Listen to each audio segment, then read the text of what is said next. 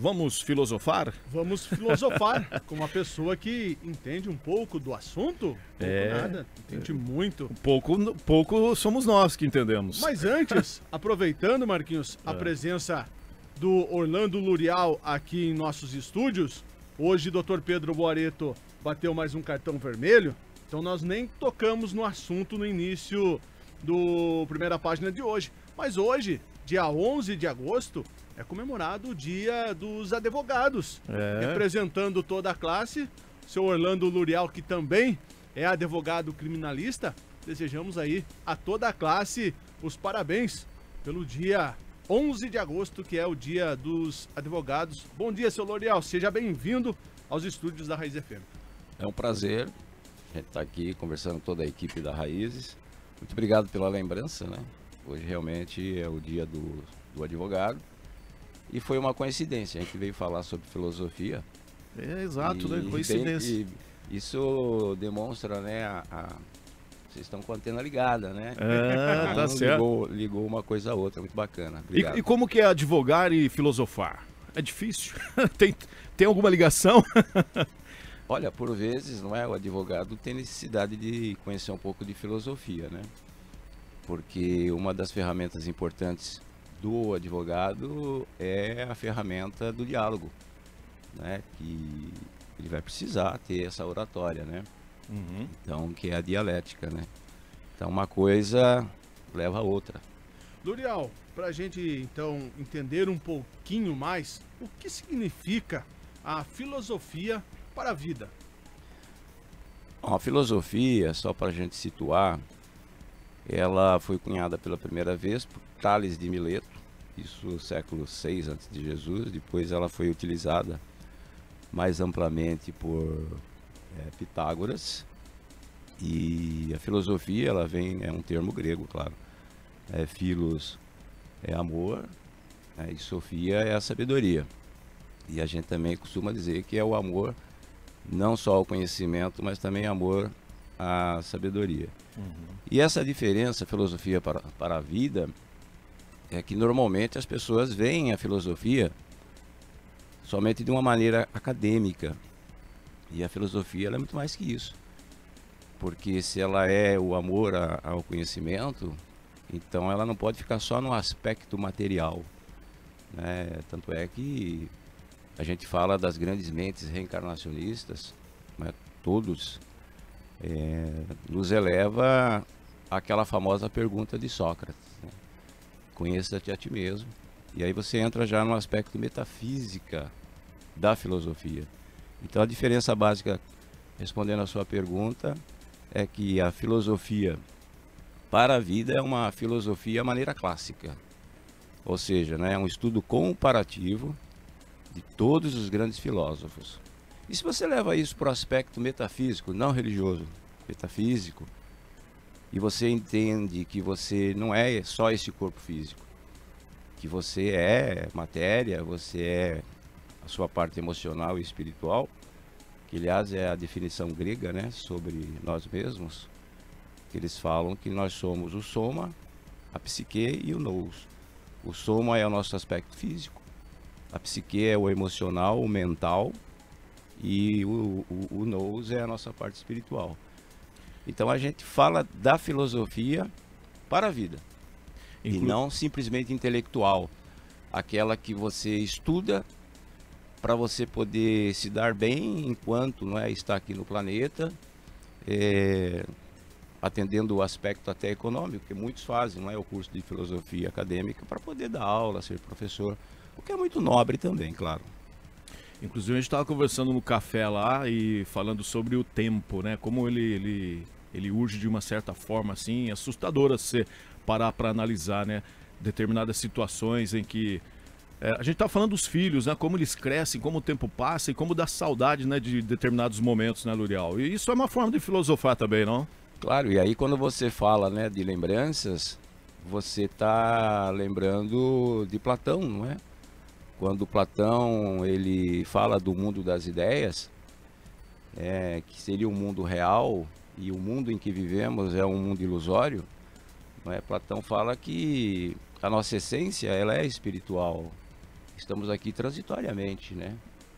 Então nós não podemos achar que nós somos seres humanos numa experiência espiritual, nós somos seres espirituais numa experiência humana. E Platão fala da reminiscência, que é exatamente as coisas belas que você passa a lembrar e você tem saudade de onde? Saudade da sua casa, saudade da sua origem, que é, obviamente, o plano espiritual. E nessa conversa, né, que a gente teve ali no café, o que ficou bacana, Marquinhos, é que a gente precisa aprender a viver, né? Então, você pega uma frase, por exemplo, de Sêneca, quando ele, no livro A Brevidade da Vida, é um livro até curto, eu até indico para as pessoas lerem, ele fala que as pessoas muito atarefadas, as pessoas muito importantes, a coisa que ela mais, que faz menos na vida é viver. Então, muitas tarefas, a importância social significa que essa pessoa vai viver muito pouco. Inclusive, vocês criaram um grupo aí de estudo das grandes mentes reencarnacionistas, certo? Sim. Esse grupo é presencial? Esse grupo é presencial, ele é uma quinta-feira sim, uma não, bem suave. O horário também é bem cômodo, é das 7h30 às 9 horas. É um grupo de estudo, não é curso, onde a gente usa um pouquinho dos ensinamentos de Sócrates, né, que é a famosa maiêutica, onde através do diálogo a gente é conduzido a despertar em nós mesmos o conhecimento que Sócrates usava. Se você viajar no tempo e for fazer uma pergunta para Sócrates, ele não vai te responder. Quem vai responder é você mesmo. Então ele tinha essa técnica, não é, de provar que você não é uma tábua rasa. Você reúne ali em você N personalidades de N vidas e o conhecimento ele não se perde. Então Sócrates ele tinha essa percepção, né? E aí o que eu posso garantir é que você sabe muitas coisas, só que está ali adormecido, né? É como você está numa roda de amigos falando sobre a sua infância e você percebe que você faz parte da infância de todos aqueles outros. Só que só vai despertar em você quando alguém diz: ô Marquinhos, você se lembra, né, de tal situação assim, assim. Quer dizer, você era personagem lá, mas você não lembra. Mas você estava lá. Então está adormecido em você. E na medida que isso desperta, e aí sim, aí você retoma a palavra, aí você só quer falar, porque vem tudo à mente.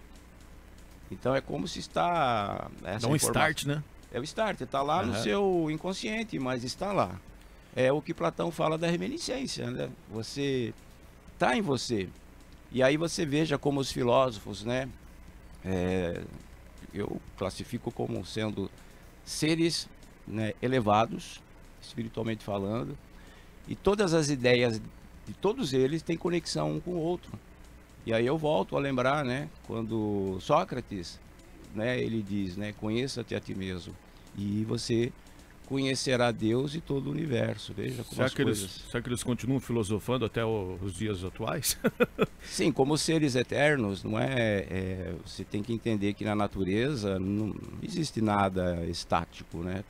Tudo é dinâmico.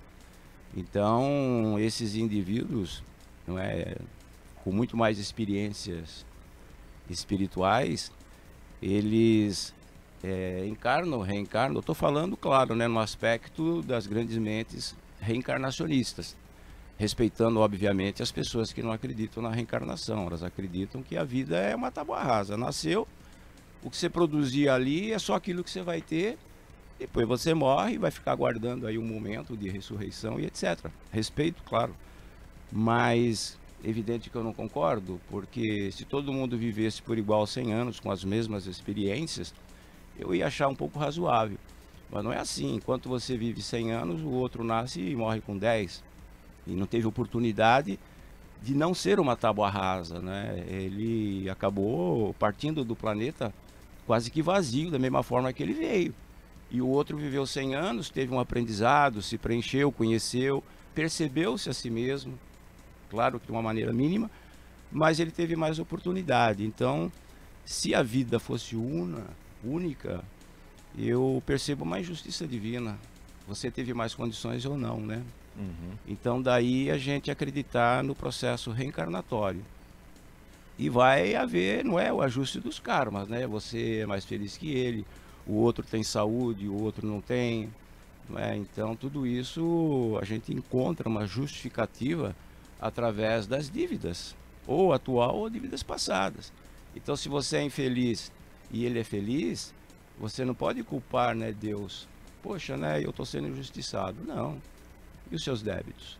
Faça os seus ajustes e você vai ser feliz. Lurial, e para qual público a gente poderia estender esse Convite, né? convite para participar? Qual o extensivo para poder estar nesse grupo de estudo com vocês? Então, esse grupo de estudos, ele surgiu através de uma ideia do seu Arnaldo, que é o diretor da Editora M. A gente conversando, ele observava que eu vira e mexe falava, né, sobre filosofia, porque eu faço curso de filosofia, né? Eu estou na escola acropolitana, a gente chama ela de Nova Acrópole, e a minha escola é em Campinas, mas a Nova Acrópole ela tem no mundo inteiro, mais próximas daqui é Sorocaba e Campinas. E o Arnaldo então percebeu e fez o convite, né, se eu tinha interesse da gente montar um grupo de estudos para a gente falar sobre filosofia para a vida. E eu aceitei, então, como a gente já disse, a gente se reúne lá na Editora M, uma quinta-feira sim, uma não, nesse horário das 7h30 às 9h. Não é curso, a gente senta ali, a gente traz uma pauta, mas sempre baseada em grandes mentes, que são os filósofos. Então, só para lembrar as pessoas, existem muitos, mas a gente pode lembrar. Pitágoras, Aristóteles, Sócrates. Continua. O que mais? Eu só me lembro desses 3 ou 4, parece que tem um outro aí. Porque quando eu fiz faculdade tinha filosofia, né? E... que é a chamada filosofia acadêmica. Exatamente. Né? Só que era uma matéria que, quando eu não sei se pela minha idade, que na época, você não chamava muita atenção, não né? Não inspira muito. Não inspira. Você vai Agora, você sabe por que, Marquinhos, que não inspira muito? Porque é uma fase que você está centralizado na matéria. E eu acho justo, porque você está no mundo e você está pensando no seu aspecto físico, bens materiais. Né? Você quer ter uma roupa bonita da moda, você quer ter um carro, você quer ter uma casa, você sonha em casar com alguém bacana, você sonha em ter filhos, né? Então é uma fase que eu vivi isso também. Claro que tem exceção, existem adolescentes e jovens que já têm uma mente voltada para a filosofia. E você vai despertar, né, quando realmente você vê a vida passando e você percebe que é uma ilusão, como Platão disse, né, no seu Mundo das Ideias, que lá em cima é o mundo inteligível, o mundo absoluto, e aqui embaixo é o mundo das sombras, né? Porque está condicionado tudo a tempo e a espaço. E você pensa que você na verdade e você não é, você está. Você pensa que o seu filho é seu, você pensa que o carro é seu, que a sua esposa é sua mulher, que o seu pai é seu pai. Na verdade, nós não temos nada. Você pensa que você é dono de você, e nem isso você é. Porque tudo é ilusão, daqui a pouco não é mais. Dá pra gente ter uma noção pelos filhos, né? Que praticamente, exato, quando começa a pegar uma certa idade, você já acaba perdendo-os, né? É o que a gente conversou. Então, o grande lance, não é essa oportunidade que eu estou tendo aqui na Raízes, é as pessoas despertarem, né? Tá, será que eu sou só isso? Não, você é um espírito eterno. Então, aceita, não é essa frase de Sócrates, né? Conheça-te a ti mesmo, vá buscar informações, qual é a sua essência. Perceba um pouco que você é um microcosmo dentro do macrocosmo. Perceba que existe, não é? A gente fala, vamos falar de antropogênese, né? De cosmogênese, essa compreensão de tudo que está vivo nos 4 reinos, o mineral, o reino vegetal, o animal e o mineral. E depois o aspecto cosmogênesis, não é? O que rege tudo nesse universo? Existe um Deus absoluto. E o que eu sou com relação a esse Deus? Porque eu sou uma criatura inteligente. Eu tenho o dom da razão. Então isso significa que, como seres humanos, nós somos especiais. Mas o que estamos fazendo com relação a esse ser especial. Será que eu estou realmente aproveitando a oportunidade? Será que eu estou somando? Que benefício estou trazendo para a humanidade? E aí, respondendo a sua pergunta, as pessoas que ao ouvir a gente aqui fala, puxa, né? Eu fico 24 horas pensando no meu corpo físico, no meu bem-estar, nos meus bens materiais. E realmente eu preciso pegar um pouquinho do meu tempo e me dedicar à minha essência espiritual, né? Quem eu sou. E se tiver interesse, pode nos procurar, independe de religião, não tem custo nenhum, não tem compromisso nenhum, não vai preencher cadastro nenhum. A pessoa vai, se gostar, ela continua participando, se não gostar, não precisa voltar, né? E se, eu estou participando, mas essa quinta não vai dar, eu vou na outra, não tem problema nenhum. O convite fica extensivo. Por exemplo, nós tivemos o grupo de estudo na quinta-feira passada, não é? Hoje nós não temos. Então teremos o encontro na próxima quinta-feira. Fica o convite. É Avenida Brigadeiro Faria Lima, número 1080, é lá na Editora M. Tem um portãozinho lá, a pessoa entra, desce e já vai sair lá onde a gente se reúne. Se quiser, pode fazer contato ligando para mim ou para o Arnaldo. O meu número é 99611, então 99611-1768. Tá? Se tiver dúvida, liga aqui na Rádio Marquinho, tem o meu número. Que a gente passa o contato. Passa sim. Então, o contato do Arnaldo é 997-88-4380. Vou repetir, 997-88-4380. L'Oreal, nós queremos agradecer a sua vinda na manhã dessa quinta-feira para bater um papo conosco, para falar sobre esse grupo e que possamos abrir a mente de vários ouvintes e também internautas que estão nos acompanhando nessa manhã, possam conhecer um pouquinho esse grupo de filosofia que está sendo realizado lá na Editora M. Muito obrigado pela sua visita. Obrigado. Eu finalizo, né, lembrando uma frase de Aristóteles, né, que ele diz que a melhor virtude que nós temos é a coragem de entender quem somos, por que somos, de onde viemos, para onde vamos. Precisa ter coragem, né, porque você está diante aí de uma situação que ela é inexorável para todo mundo, vamos desencarnar em algum momento. Então precisamos ter coragem para entendermos quem nós somos e qual é a finalidade. E lembrando também que coragem, ela é uma virtude que acaba fazendo com que a gente desenvolva todas as outras virtudes. Muito obrigado por a oportunidade e estamos aí. Aristóteles, que foi descendente de Sócrates? Aristóteles foi discípulo de Platão, né? De embora, Platão, embora ele discordou do mestre em algumas coisas, mas Aristóteles foi um grande filósofo também. Maravilha.